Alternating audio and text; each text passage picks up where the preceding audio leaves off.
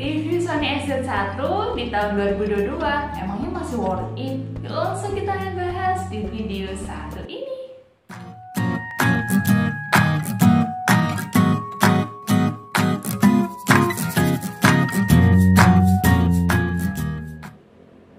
Oke teman-teman semua, ini dia handphone Sony XZ1 yang merupakan keluaran handphone di tahun 2017 kemarin ya.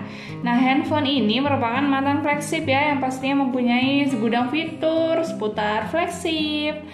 Nah, di sini kita mau lihat desainnya dulu ya. Kalian bisa melihat lucu banget, menggemaskan ya. Beda banget dengan handphone keluaran-keluaran terbaru sekarang yang desainnya rada mirip-mirip gitu ya.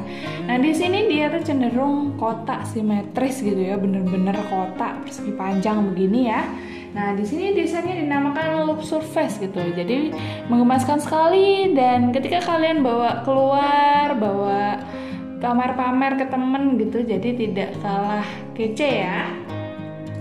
Nah, di sini untuk ukurannya sendiri itu 5,2 inch ya. Jadi pas banget ketika kalian genggam.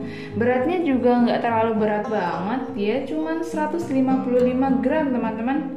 Dengan resolusinya itu 16:9 424 ppi density. Nah, di sini ketika kalian pakaikan softcase juga bagus banget ya. Jadinya terlihat banget dia bener-bener kotak gitu ya. Nah, di sini untuk protectionnya dia tuh sudah dilengkapi dengan Corning Gorilla Glass 5 di bagian layar depannya di sini ya. Nah, untuk bagian belakangnya itu dilindungi dengan aluminium frame teman-teman. Nah, di sini juga ada protection Triluminous display dan juga S-Reality engine ya. Nah, untuk tipe layarnya sendiri dia itu menggunakan IPS LCD ya, yang mampu untuk menangkap gambar di HDR10 teman-teman. Untuk bagian-bagian lainnya di sini sudah support jack audio 3,5 mm ya. Nah, di sini juga ada tombol volumenya. Nah, di sini powernya tuh sudah tergabung dengan fingerprint ya teman-teman. Jadi teknologi power yang tergabung dengan fingerprint itu sudah ada loh dari Sony di tahun segitu ya. Nah, HP-HP sekarang kan sudah menggunakan teknologi itu juga ya. Wih. Nah, di sini kalian bisa melihat untuk chargernya dia memakai Type-C ya, dengan support fast charging 18 watt dengan quick charge 3. Untuk platformnya sendiri, OS-nya tuh sudah dapat Android 8 dan bisa upgrade itu Android 9 ya. Dengan menggunakan chipset Qualcomm Snapdragon 835 ukuran 10 nanometer. CPU-nya tuh udah octa-core dan GPU-nya tuh pakai Adreno 540. Nah, untuk memorinya sendiri, RAM-nya tuh 4GB ya teman-teman, dengan kapasitas memori internal 64GB. Kalian bisa aja nambah memori eksternal dengan slot SIM card hybrid ya. Nah, slot SIM-nya tuh ada di sebelah sini teman-teman. Nih ya, di sini kalian bisa ambil langsung aja, bisa masukin kartu juga, ataupun kalian bisa masukin memori eksternal di sini. Untuk baterainya sendiri kapasitasnya itu 2700 mAh ya teman-teman. Nah, kalian bisa melihat grafiknya di menu baterai. Jadi kalian bisa melihat ya pemakaiannya itu kurang berapa jam lagi. Kalian bisa melihat grafiknya di sini teman-teman. Di sini juga ada menu tambahan yaitu stamina mode, emergency mode, dan juga ada battery care. Untuk kamera utamanya dia itu single kamera ya teman-teman, dengan kapasitas 19 megapiksel. Nah, untuk kameranya itu ada berbagai macam mode ya teman-teman. Ada mode slow motion, AR effect, manual, creative effect, panorama, dan juga sound photo. Nah, di bagian menu pengaturannya di sini kalian bisa atur resolusinya ya. Nah, seperti ini. Kalian juga bisa atur predictive capture, object tracking, auto capturing, ada lens correction juga, dan berbagai macam yang ada di sini ya.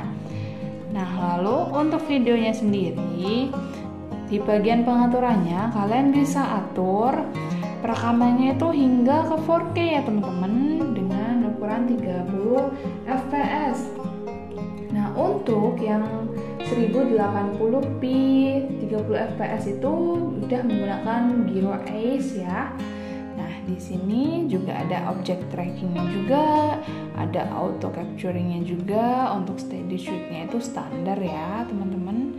Nah, dan juga ada pengaturan lainnya yang bisa kalian juga lihat di sini ya. Nah, di sini untuk mode slow motionnya itu sudah support hingga 960 fps ya teman-teman.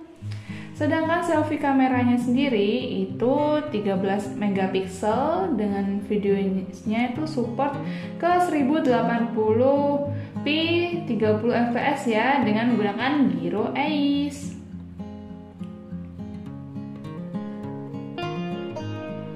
Handphone ini support hingga ke layar HDR10 ya, jadi kalian bisa leluasa untuk menikmati video menggunakan handphone ini.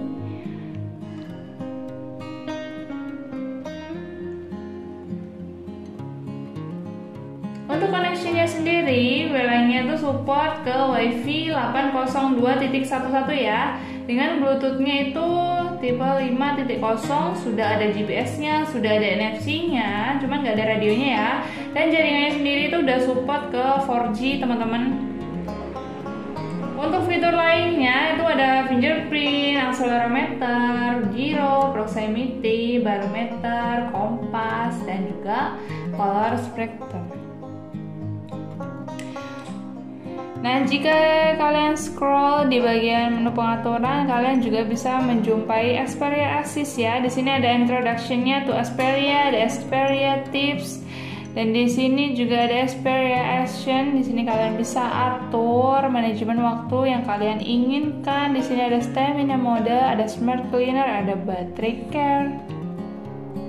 Gimana nih pendapat kalian setelah menonton video aku? Pastinya produk Sony XZ1 ini walaupun keluarannya udah lama ya di tahun 2017 kemarin, tapi masih sangat worth it untuk kalian gunakan di tahun 2022 ini.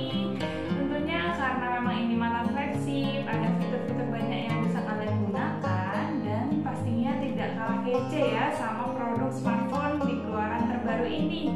Yuk yang kalian senang juga bisa coba sekarang. Oke, terima kasih ya sudah menonton video aku secara utuh. Mohon maaf ya jika ada kesalahan.